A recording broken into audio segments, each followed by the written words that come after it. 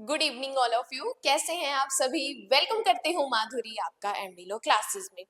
Last class में हमने BNSS का सेक्शन 186 तक कवर किया था। 185 और 186 दोनों ही सेक्शंस हमारे लिए मिला के मेंस का क्वेश्चन बनते हैं और प्लस प्री के क्वेश्चंस भी आते हैं। आज का जो मैं आपको सेक्शन बताने वाली हूँ very very very important section है। प्री, मेंस और इंटरव्यू तीनों लेवल के लिए इंपॉर्टेंट है। चाहे आप एलएलबी का एग्जाम दे रहे हो, चाहे आप कंपटीशन में जुडिशरी का या एपीओ का, जेएलओ का एग्जाम दे रहे हो, वहां तीनों हर एक एग्जाम में इंपॉर्टेंट है। देखो ये सेक्शन जो हमें बता रहा है कि जब आप इन्वेस्टिगेशन कर रहे हो, याद करो सेक्शन 58 हमने पढ़ा था कि 24 घंटे से ज्यादा आप किसी अभियुक्त को निरुद्ध नहीं कर सकते। आपको 24 घंटे के अंदर मैटर के बारे में पूरा इन्वेस्टिगेशन करना पड़ेगा। अब 24 घंटे के अंदर इन्वेस्टिगेशन पूरा नहीं होता है, देन आगे क्या प्रोसीजर पुलिस ऑफिसर के द्वारा जो उस मैटर का इन्वेस्टिगेशन कर रहे हैं या बाहर साधक अधिकारी द्वारा क्या प्रोसीजर अपनाया जाएगा, वो सारी चीजें हमें बताता है सेक्शन 187। वेरी इंपॉर्टेंट है। टोटल 10 सब सेक्शन इसमें बताए गए हैं। बहुत सारे प्री के क्वेश्चंस आएंगे, तो हर एक चीज जो मैं आपको बताती जाऊं उसको अंडरलाइन करते जाना और उसको हाईलाइट करते जाना। चलिए स्टार्ट करते हैं हमारा आज का सेशन। देखो सेक्शन नंबर 187 क्लियर करता है कि procedure when investigation can not be completed. हमें प्रोसीजर बता दिया जब इन्वेस्टिगेशन पूरा नहीं होता है इन 24 आवर्स। कब? 24 घंटे के अंदर। कि जब 24 घंटे के अंदर इन्वेस्टिगेशन पूरा नहीं हुआ, देन क्या प्रोसीजर अपनाया जाएगा, उसके लिए हमें कौन गाइड करता है? सेक्शन 187 गाइड करता है। बात करते हैं सब सेक्शन 1। देखो बड़े बड़े सब सेक्शन हैं। चीजें जब तक एक एक लाइन एक एक वर्ड नहीं पढ़ेंगे तो हमारी चीजें छूट जाएंगी, और जैसे ही हमने आधी नॉलेज ली वैसे ही हमारे लिए हानिकारक हो जाएगी। तो हर एक पॉइंट समझते जाना। जो जो चीजें बोलूं प्री के लिए उसको उस पर अंडरलाइन कर लेना। प्री के लिए पूरा सेक्शन मेंस के लिए है ही है।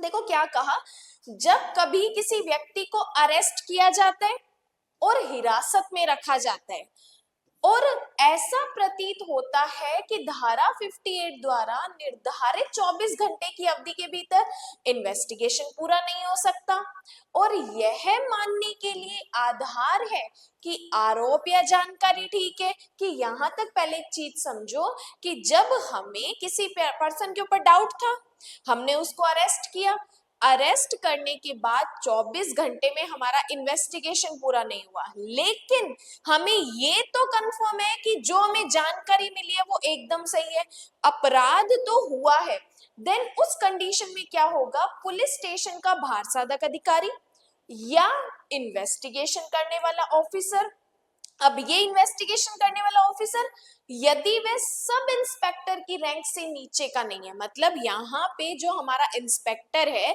वो कौन सा होना चाहिए? सब इंस्पेक्टर की रैंक से ऊपर का होना चाहिए, नीचे का नहीं चलेगा, सब इंस्पेक्टर की रैंक से ऊपर का होना चाहिए। तो वह तुरंत निकटतम न्यायिक मजिस्ट्रेट को संबंधित डायरी में इसके बाद निर्दिष्ट प्रविष्टियों की एक कॉपी भेजेगा। कि क्या कहा, जब हमने किसी व्यक्ति को अरेस्ट किया लेकिन 24 घंटे में इन्वेस्टिगेशन पूरा नहीं हुआ, लेकिन जानकारी ठीक है कि अपराध हुआ है, तो पुलिस स्टेशन का बाहर साधक अधिकारी या इन्वेस्टिगेशन करने वाला ऑफिसर जो सब इंस्पेक्टर की रैंक से नीचे का नहीं होना चाहिए, क्या करेगा? तुरंत जुडिशियल मैजिस्ट्रेट को अपनी डायरी के माध्यम से इन्फॉर्म करेगा, कॉपी भेजेगा कि ये मैटर है जिसमें हमने 24 घंटे में इन्वेस्टिगेशन पूरा नहीं हो सका, लेकिन अपराध तो हुआ है, ये 100% गारंटी है। मामले को और साथ ही आरोपी को ऐसे मैजिस्ट्रेट के पास भेज देगा। देन क्या किया जाएगा? वो कॉपी भी उस मैटर की जो ये एफआईआर वगैरह जो बाकी चीजें हैं वो हम मैजिस्ट्रेट को भेजेंगे, प्लस हम उस आरोपी व्यक्ति को भी जिसके ऊपर आरोप है उसे भी हम मैजिस्ट्रेट के पास भेज देंगे। तो ये हमें बताता है सबसेक्शन 1। देन बात करते हैं सबसेक्शन 2। अब ध्यान से सुनना चीजें क्या कहा, जिस न्यायिक मैजिस्ट्रेट के पास इस धारा के तहत किसी आरोपी व्यक्ति को भेजा, अभी हमने सबसेक्शन 1 में किसको भेजा? आरोपी व्यक्ति को भी भेजा और केस डायरी में जो चीजें लिखी है वो भी भेजी। वह आरोपी व्यक्ति की स्थिति पर विचार करने के बाद कि क्या उसे रिहा नहीं किया गया, क्या उसे जमानत नहीं दी गई है, इस बात की परवाह किए बिना कि उसके पास मामले की सुनवाई करने का अधिकार क्षेत्र है या नहीं। देखो यहाँ पे जिस निकटतम न्यायिक मजिस्ट्रेट के पास हम मैटर को भेज रहे हैं उसके लिए ये जरूरी बिल्कुल भी नहीं है कि उसके पास उस मैटर को सुनने का ज्यूरिसडिक्शन है या नहीं है। इस बात से कोई लेना देना नहीं है। जमानत या उसकी जमानत रद्द नहीं की गई है, समय समय पर अभियुक्त को ऐसी हिरासत में रखने के लिए प्राधिकृत करेगा। अब देखो यहाँ पे हमें कहा कि जब सबसेक्शन 1 में हमने आरोपी व्यक्ति को जुडिशियल मैजिस्ट्रेट के पास भेजा, वो जुडिशियल मैजिस्ट्रेट को ये कोई लेना देना नहीं है कि उसके पास ज्यूरिसडिक्शन है या नहीं है, लेकिन वो देखेगा कि क्या उसको जमानत नहीं दी गई है या उसकी जमानत रद्द की गई है। देन समय समय पर टाइम टू टाइम क्या करेगा, एक्यूज्ड को हिरासत में रखने के लिए कहेगा, जैसा कि मजिस्ट्रेट उचित समझे।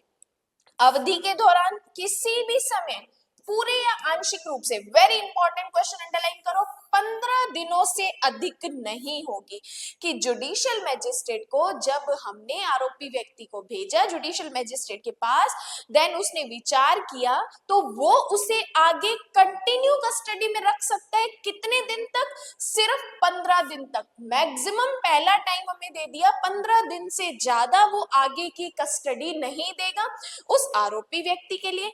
जैसा भी मामला हो, 60 दिन या 90 दिन की हिरासत अवधि में प्रारंभिक, अंडरलाइन करो, 40 दिन या 60 दिन, जैसा कि सबसेक्शन 3 में प्रदान किया गया है, और यदि उसके पास मामले की सुनवाई करने या परीक्षण करने के लिए प्रतिबद्ध करने का कोई अधिकार क्षेत्र नहीं है और आगे की हिरासत को अनावश्यक मानता है, तो आरोपी को ऐसे क्षेत्राधिकार रखने वाले जुडिशियल मैजिस्ट्रेट के पास भेजने का ऑर्डर दे सकता है। कि सिंपल सबसेक्शन 2 कह रहा है कि जब हमने मैजिस्ट्रेट के पास आरोपी व्यक्ति को भेजा, मैजिस्ट्रेट को लगता है कि यस इसे आगे और कस्टडी में रखना चाहिए, तो वो कितने दिन के लिए भेज सकता है, सिर्फ 15 दिन के लिए भेज सकता है। अब यहाँ पे सिर्फ कस्टडी वर्ड यूज किया गया है, तो यहाँ पर वो पुलिस कस्टडी भी हो सकती है और जुडिशियल कस्टडी भी हो सकती है। अब 15 दिन के लिए भेजेगा।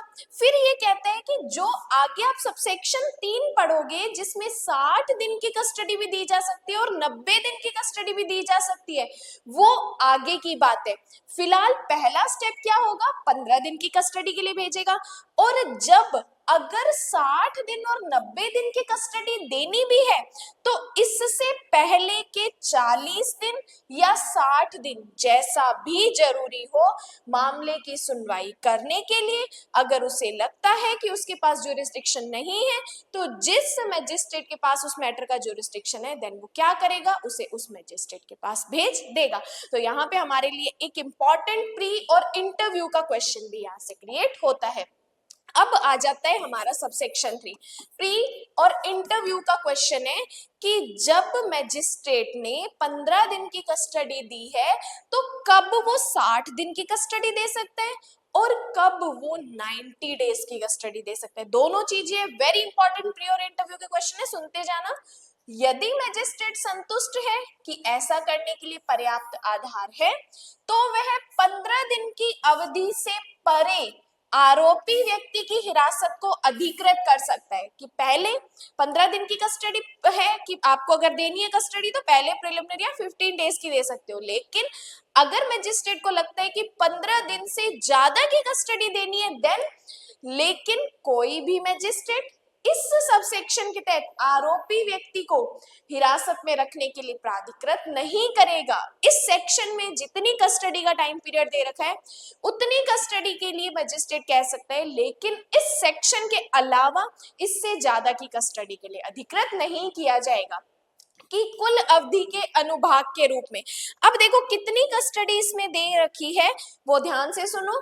कि इस सबसेक्शन 3 में 2 क्लोज दे रखे हैं कि 90 दिन की कस्टडी कब दी जाएगी, जहां जहां मैटर मृत्यु, आजीवन कारावास या 10 साल की अवधि के कारावास से संबंधित है। कि जब एक्यूज्ड के ऊपर, आरोपी व्यक्ति के ऊपर मान लो मृत्यु का है, तो 90 डेज की कस्टडी दे सकते हैं।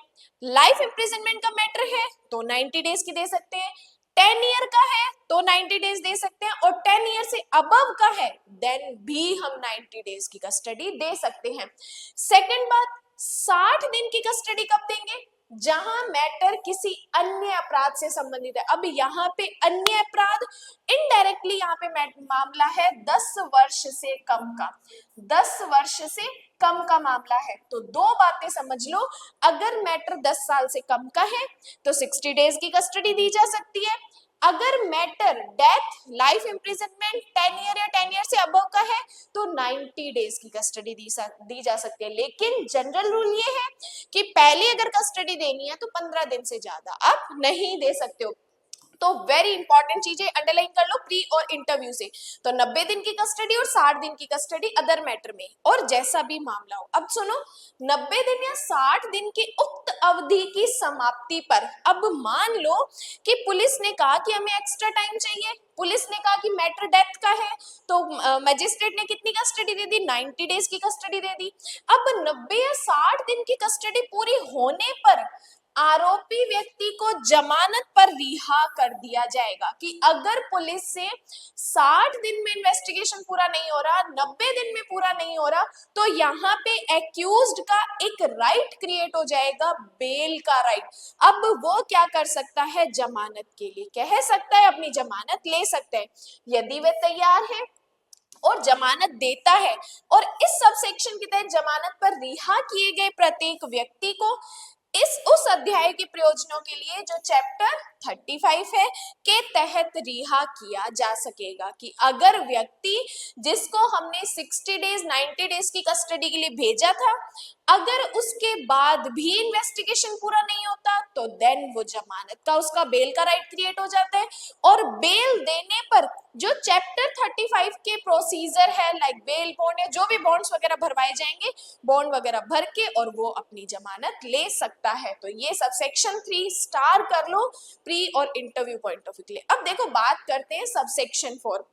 सबसेक्शन 4 हमें कहता है कि कोई भी मैजिस्ट्रेट इस धारा के तहत, कोई भी मैजिस्ट्रेट इस सेक्शन के तहत आरोपी को पुलिस की हिरासत में रखने की अनुमति नहीं देगा। अब देखो, मैजिस्ट्रेट पुलिस कस्टडी के लिए कब मना कर सकता है, कब उसकी परमिशन नहीं देगा?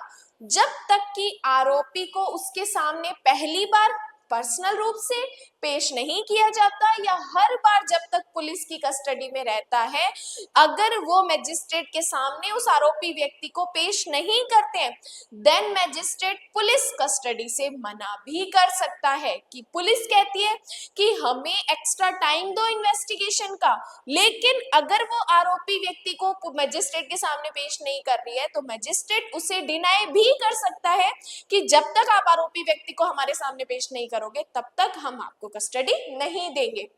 लेकिन मैजिस्ट्रेट व्यक्तिगत रूप से, या अंडरलाइन करो, इलेक्ट्रॉनिक ऑडियो वीडियो माध्यम से भी अभियुक्त के पेश होने पर जुडिशियल कस्टडी में आगे की हिरासत बढ़ा सकता है। कि मान लो पुलिस पर्सनल लेके आती है तब भी मैजिस्ट्रेट बढ़ा सकता है कस्टडी, और अगर पुलिस ऑडियो वीडियो इलेक्ट्रॉनिक माध्यम से, लाइक फोन कॉल से, वीडियो कॉल से भी अगर पुलिस की कस्टडी अगर उस आरोपी व्यक्ति को दिखा देते हैं, देन भी मैजिस्ट्रेट क्या कर सकता है? उस कस्टडी को आगे बढ़ा सकता है। तो सब सेक्शन 3 ने कहा कि अगर आपको कस्टडी बढ़ानी है तो मैटर इतना इतना होना चाहिए, तो हम 60 दिन और 90 दिन की बढ़ा सकते हैं। सब सेक्शन 4 कहते हैं कि जब तक आप मैजिस्ट्रेट के सामने आरोपी व्यक्ति को पेश नहीं करोगे, मैजिस्ट्रेट कस्टडी नहीं बढ़ाएगा। अब very important question, under star करो प्री और इंटरव्यू पॉइंट ऑफ व्यू से, कि second class magistrate police custody दे ही नहीं सकता। कब दे सकता है? जब उसे हाई कोर्ट ऑथराइज करे। कि सेकंड क्लास मैजिस्ट्रेट जो हाई कोर्ट द्वारा विशेष रूप से सशक्त नहीं है, पुलिस कस्टडी में देने को प्राधिकृत नहीं करेगा। तो second class magistrate police custody नहीं दे सकता है, बट उसे अगर हाई कोर्ट अपॉइंट करती है, ऑथराइज करती है, देन पुलिस कस्टडी दी जा सकती है। किसके द्वारा? सेकंड क्लास जुडिशियल मैजिस्ट्रेट के द्वारा। No magistrate of the second class not specially empowered in this behalf by the High Court shall authorize detention in the custody of the police। तो यहाँ से हमारा एक प्री का क्वेश्चन भी आ सकता है कि क्या second class judicial magistrate custody दे सकता है? आप बताओगे नहीं, अगर उसे हाई कोर्ट के द्वारा ऑथराइज किया जाता है देन वो दे सकता है। इसके बाद बात करते हैं दो प्रोवाइडेड, इंपॉर्टेंट है कि 18 साल से कम उम्र की महिला के मैटर में कस्टडी में लिए गए व्यक्ति को रिमांड होम या मान्यता प्राप्त सामाजिक संस्था की हिरासत में रखने का अधिकार होगा। कि अगर आपको किसी फीमेल की कस्टडी ली है आपने, तो आप उसे कहाँ रखोगे, या तो किसी प्रतिप्रेक्षण गृह जिसे रिमांड होम भी बोलते हैं, या जो सामाजिक संस्था द्वारा प्राप्त मान्यता प्राप्त इंस्टीट्यूशन है, वहां पर उस फीमेल को रखा जाएगा जो 18 साल से कम की है। मतलब सिंपल सी बात, उसे पुलिस स्टेशन में या जेल में हम नहीं रखेंगे। परंतु सेकंड कहते हैं किसी भी व्यक्ति को पुलिस हिरासत के तहत पुलिस स्टेशन या न्यायिक हिरासत के तहत जेल में या केंद्र सरकार या राज्य सरकार द्वारा जेल रूप में घोषित स्थान के अलावा अन्यथा हिरासत में नहीं लिया जाएगा। कि अगर आप पुलिस कस्टडी ले रहे हो तो जो गवर्नमेंट के द्वारा पुलिस स्टेशन पुलिस चौकी बनाए गए हैं, या जुडिशियल कस्टडी ले रहे हो तो गवर्नमेंट के द्वारा जो जेल बनाए गए हैं, स्थान बनाए गए, वहीं आप रख सकते हो। उसके अलावा किसी प्राइवेट जगह पर आप किसी व्यक्ति को नहीं रख सकते जब आप पुलिस कस्टडी या जुडिशियल कस्टडी ले रहे हो। अब आ जाओ सबसेक्शन 6 पे। देखो सबसेक्शंस बहुत बड़े हैं, लेकिन जैसे मैं आपको as a story point of view से बता रही हूँ वैसे वैसे चीजें समझोगे तो ये इतने बड़े भी हार्ड नहीं लगने वाले। अब देखो सबसेक्शन 1 हमने पढ़ा था कि क्या किया जाएगा, मैजिस्ट्रेट के पास भेजा जाएगा, कॉपी भेजी जाएगी।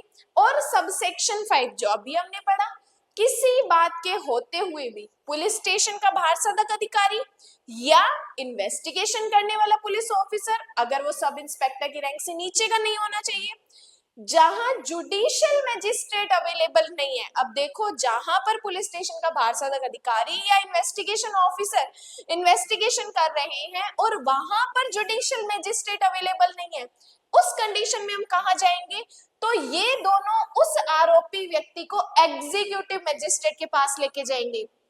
कार्यकारी मैजिस्ट्रेट को जिस पर जुडिशियल मैजिस्ट्रेट की पावर दी गई है, मामले से संबंधित डायरी में इसके बाद निर्दिष्ट प्रविष्टि की एक कॉपी भेज सकते हैं। कि जहां पर जुडिशियल मैजिस्ट्रेट नहीं है वहां पर पुलिस स्टेशन का भारसाधक अधिकारी या इन्वेस्टिगेशन ऑफिसर जो सब इंस्पेक्टर की रैंक से ऊपर का होना चाहिए, उस कंडीशन में जुडिशियल मैजिस्ट्रेट नहीं है तो एग्जीक्यूटिव मैजिस्ट्रेट जो नियरेस्ट एग्जीक्यूटिव मैजिस्ट्रेट है उसके पास हम लेके जाएंगे और मैटर की एक कॉपी उसको भेजेंगे, और उसी समय आरोपी को ऐसे एग्जीक्यूटिव मैजिस्ट्रेट के पास भेज देंगे जैसे हमने जुडिशियल मैजिस्ट्रेट के पास कॉपी भी भेजी, आरोपी व्यक्ति को भी भेजा, वैसे ही अगर जेएम अवेलेबल नहीं है तो एग्जीक्यूटिव मैजिस्ट्रेट के पास हम कॉपी भी भेजेंगे और आरोपी व्यक्ति को भी भेजेंगे।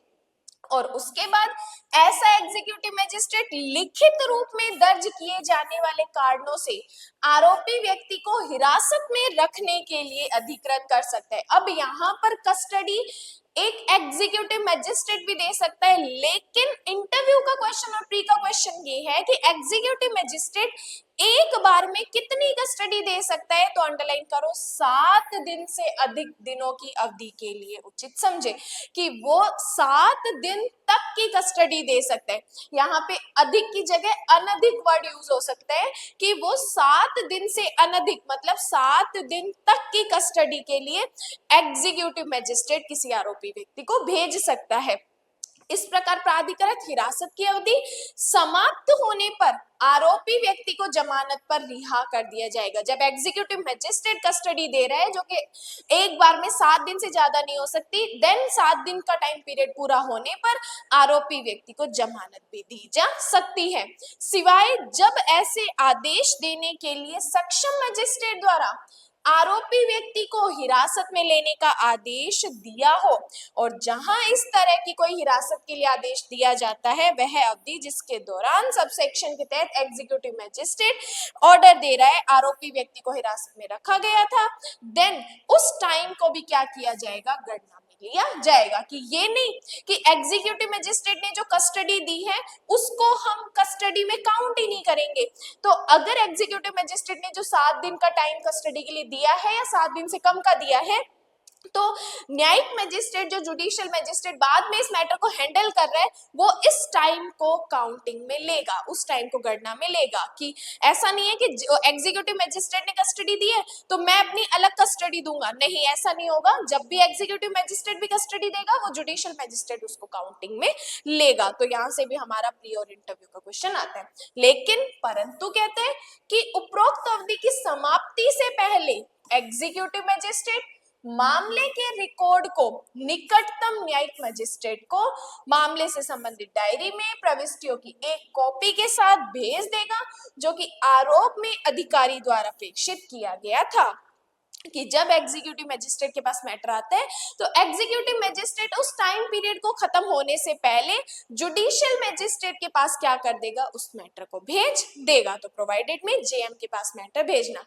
देन सबसेक्शन 7, इस धारा के तहत पुलिस की हिरासत में अधिकृत करने वाला मजिस्ट्रेट ऐसा करने के अपने कारणों को लिखेगा कि जब भी मजिस्ट्रेट अगर पुलिस कस्टडी दे रहा है, पुलिस हिरासत दे रहा है, तो उसको रीजंस बताने पड़ेंगे कि मैं किस रीजन पे पुलिस कस्टडी दे रहा हूँ या किस रीजन पे ये कस्टडी अधिकृत कर रहा हूँ, उसे कारण लिखने पड़ेंगे। देन सबसेक्शन 8 इंपॉर्टेंट है कि ऐसा आदेश देने वाला सीजेएम, अगर सीजेएम है तो कहीं किसी को बताने की जरूरत नहीं है, लेकिन सीजेएम के अलावा अगर कोई भी मजिस्ट्रेट अपने ऑर्डर की एक कॉपी बनाने के कारणों को सीजीएम के पास भेज देगा।